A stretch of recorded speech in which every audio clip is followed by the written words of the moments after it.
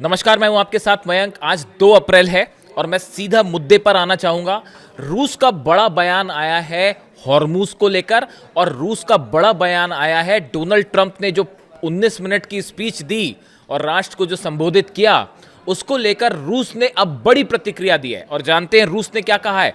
रूस ने यह कहा है कि हॉर्मूज, पूरा हॉर्मूज ईरान का था, ईरान का है, ईरान का रहेगा, और हॉर्मूज पर ईरान का कंट्रोल है और हमेशा रहेगा। यह सीधा जवाब दिया है, पुतिन की तरफ से जवाब आया है डोनाल्ड ट्रंप को। और डोनाल्ड ट्रंप को यह बता दिया गया है, देखिए, दूसरे शब्दों में कहें तो रूस ने सीधी सीधी वार्निंग दे दी है डोनाल्ड ट्रंप को कि अगर आप कोई ग्राउंड ऑपरेशन का कोई ख्याली पुलाव पका रहे हैं तो उसको दिमाग से निकाल दीजिए, क्योंकि अगर इस तरह का कोई ऑपरेशन आपने शुरू किया तो इस बार रूस पूरी मजबूती से खड़ा हुआ है। देखिए, आज अगर हम बात करें, डोनाल्ड ट्रंप ने जो राष्ट्र के नाम संदेश दिया और उसमें 19 मिनट उन्होंने बात कही।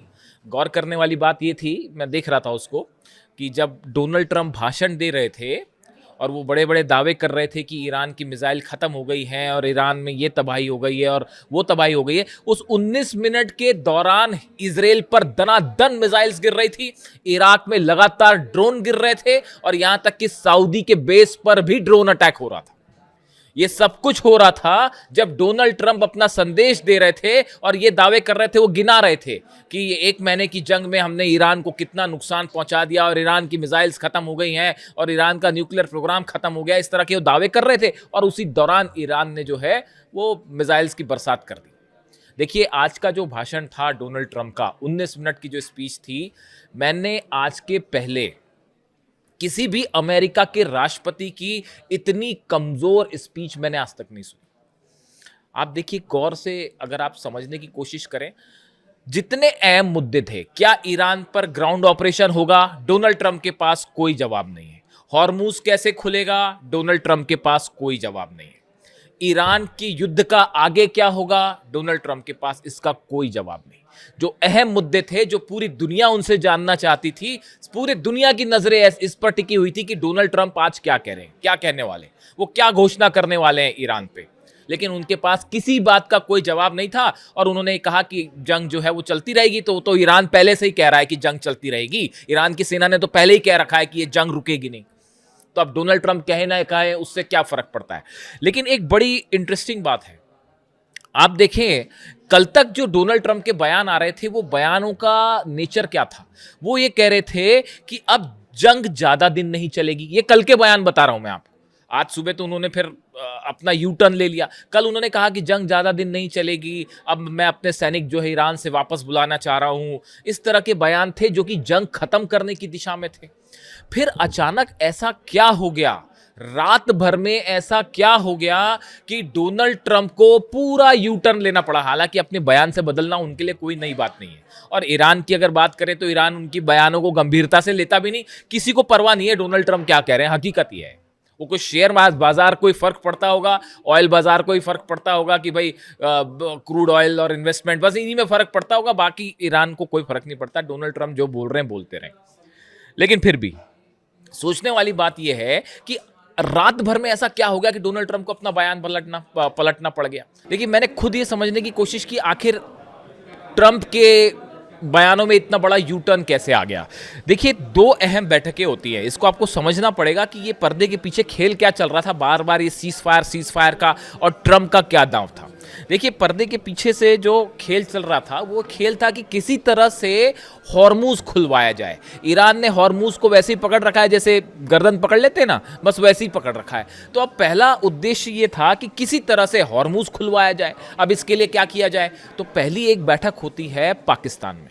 उस बैठक में कौन कौन शामिल था? उस बैठक में सऊदी अरब के रिप्रेजेंटेटिव शामिल थे, उसमें तुर्की के रिप्रेजेंटेटिव शामिल थे, मिस्र के शामिल थे, पाकिस्तान के शामिल थे। ये बैठक होती है संडे को, जो बीता रविवार गया उस दिन ये बैठक हुई। उसमें एक बड़ा मंथन हुआ कि भाई हॉर्मूज कैसे खुलवाया जाए, वो तो बड़ा मुश्किल हो जाएगा और लगातार दबाव आ रहा है इंटरनेशनल। डोनाल्ड ट्रंप के ऊपर जितने बड़े बिजनेसमैन हैं वो सब दबाव डाल रहे हैं कि ये तो नुकसान हो जा रहा है। उस बैठक में शायद ये प्लान तैयार हुआ था कि चाइना को किसी तरह से इस पूरे मामले में गारंटर बना दिया जाए। यानी इस समय ऐसा माना जाता है कि ईरान अगर किसी की बात सुनेगा तो वो सिर्फ चीन की बात सुन सकता है, क्योंकि रूस ने इस पूरे मामले में, सीज फायर वाले मामले में हस्तक्षेप करने से साफ मना कर दिया। रूस ने यह कह दिया है कि रायता अमेरिका ने फैलाया है, डोनाल्ड ट्रंप ने फैलाया है, वही संभाले अब इस रायते को, हमारा उससे कोई लेना देना नहीं। बात नंबर एक, तो रूस अलग हो गया। अब दूसरा एक देश बचा, चीन।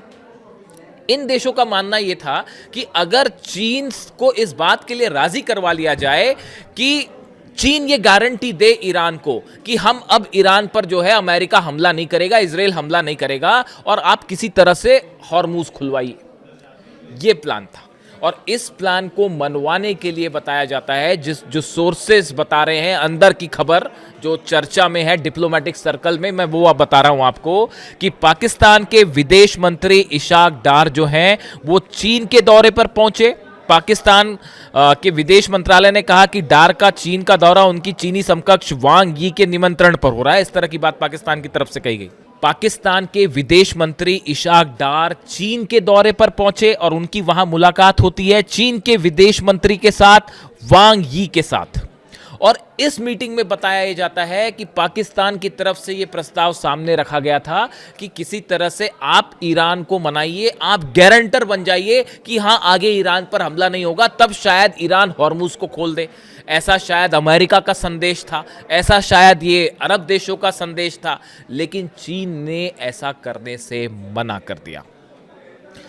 और ये जो दो बैठक थी, एक जो पाकिस्तान में हुई और दूसरी जो चीन में हुई, इन दो बैठकों के आधार पर डोनाल्ड ट्रंप ये दांव खेल रहे थे कि किसी तरह की जो है सहमति बन जाएगी और ईरान को हॉर्मुज खुलवाने के लिए राजी कर लिया जाएगा। ये डोनाल्ड ट्रंप का सोचना था। चीन की बैठक भी फेल हो गई, चीन ने मना कर दिया, हम कोई इसमें बीच में मीडिएटर नहीं बन रहे, भूल जाइए। और वैसे ही जो है ये चार देशों की बैठक जो थी, इसका भी कोई नतीजा नहीं निकला।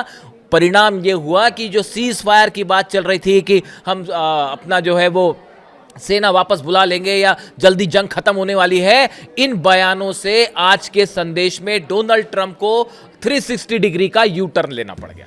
यह है इनसाइड स्टोरी कि कैसे डोनाल्ड ट्रंप को अपना फैसला बदलना पड़ा, अपने बयान बदलने पड़ गए। पर्दे के पीछे जो खेल चल रहा था वो खेल ये था और वो फेल हो गया। अब आप देखिए दो बड़ी बातें।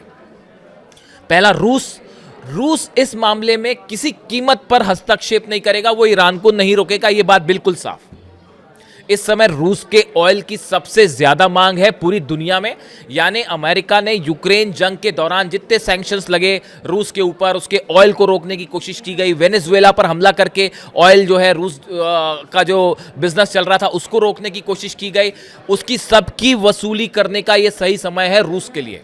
रूस कतई नहीं चाहेगा कि यह जंग रुके, बात नंबर एक। बात नंबर दो, चीन का सवाल है। देखिए हॉर्मुज तो चीन के लिए वैसे ही खुला हुआ है। ईरान जो है वो तेल अपना, चीन पहले सप्लाई करता था ईरान चीन को तेल, तो अमेरिका आपत्तियां जता रहा था, हमले हो रहे थे उन जहाज़ों के ऊपर, ये कहा जा रहा था कि सैंक्शंस लगे हुए हैं चीन कैसे तेल बुला रहा है ईरान से, इस तरह की बातें हो रही थी। अब तो डंके की चोट पर ईरान जो है वो ईरान से तेल खरीदेगा, चीन जो है वो ईरान से तेल खरीदेगा, और ना अमेरिका कुछ कर सकता ना दुनिया कुछ कर सकती। तो चीन क्यों चाहेगा कि ये जंग रुके? बात नंबर दो, वो क्यों मीडिएटर बने? तीसरी बड़ी बात, इस जंग में, 1 महीने की जंग में ईरान ने यह साबित कर दिया है कि अमेरिका को कैसे झुकाया जाता है, अमेरिका के राष्ट्रपति को कैसे झुकाया जाता है। जंग में कैसे अमेरिका को हराया जाए, यह फॉर्मूला ईरान ने पूरी दुनिया को दे दिया है। और वो फॉर्मूला यह है कि अगर आप ईरान या डोनाल्ड ट्रंप के सामने झुकेंगे तो आपको और झुकाएगा, और अगर आप सीना तान के खड़े हो जाएंगे अमेरिका दबना शुरू कर देगा। ये फॉर्मूला ईरान ने पकड़ा दिया है। और हकीकत ये है, देखिए जंग रुकना रुकाना तो दूर की बात है, लगातार हमले हो रहे हैं इजराइल पर। पिछले 5 घंटे की बात कर रहा हूं मैं, आज 2 अप्रैल है, दोपहर के समय ये वीडियो मैं बना रहा हूं। पिछले 5 घंटे में दनादन हमले हुए पूरे इजराइल के ऊपर। इराक के ऊपर जबरदस्त हमले हो रहे हैं, और बताया जा रहा है कि इराक में जो है वो एक ट्रेनिंग सेंटर है, उस पर हमले हुए हैं। एक केमिकल फैक्ट्री है इराक में, उसके ऊपर हमले हुए। अमेज़ॉन पर जो हमला हुआ वो तो आपने देखा ही, बहरीन में, जो ईरान ने कह रखा है कि जितनी मल्टीनेशनल्स हैं अमेरिका की, उन सबको निशाना बनाया जाएगा।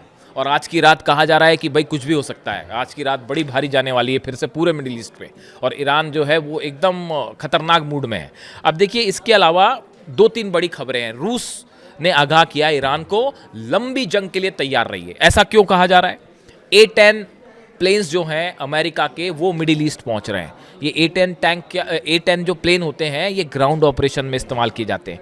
थंडरबोल्ट प्लेन्स हैं वो ब्रिटेन पहुंच गए हैं अमेरिका के, और वहां से मिडिल ईस्ट आएंगे।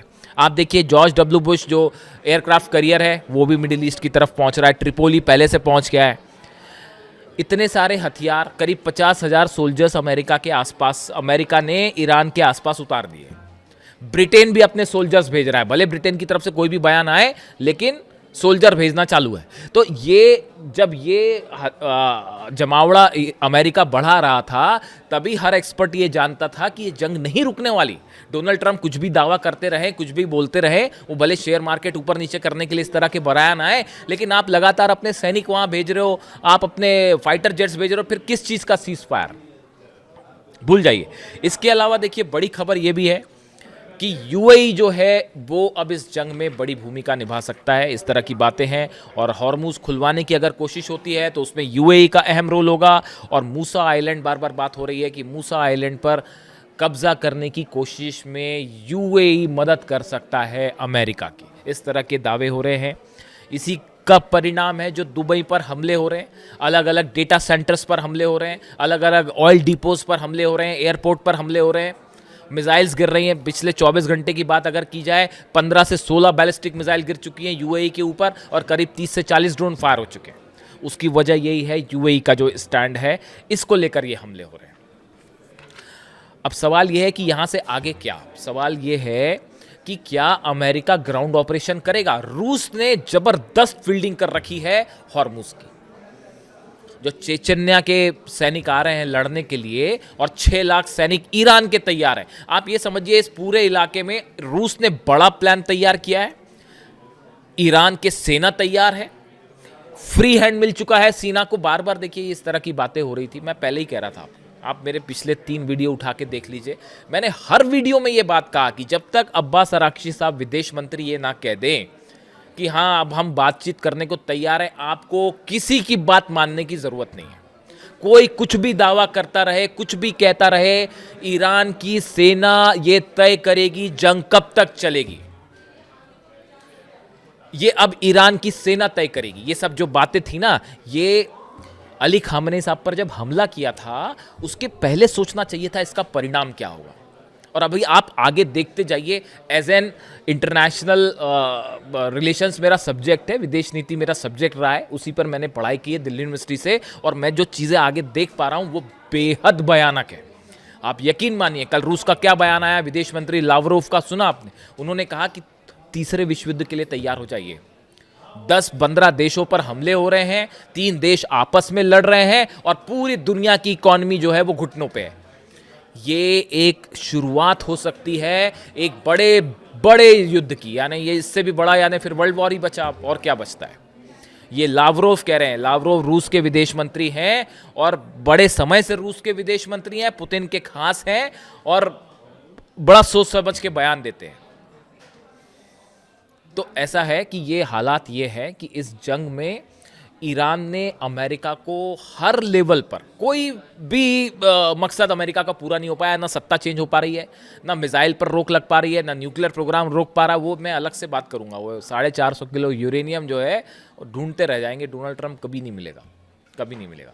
अब ये हालात ये है कि अमेरिका को लगातार मुंह की खाने पड़ी है। और इसराइल का क्या होगा वो तो अब कुछ बोलना ही बेकार है। इसराइल का आगे क्या होगा अगर डोनाल्ड ट्रंप छोड़ के चले गए तो भयंकर बेइज्जती हो जाएगी। ये भी सोचिए आप, अगर अमेरिका अपनी सैनिक बाहर बुला लेता है और हमले रोक देता है तो ये तो फिर साबित हो जाएगा बात कि अमेरिका जंग हार गया।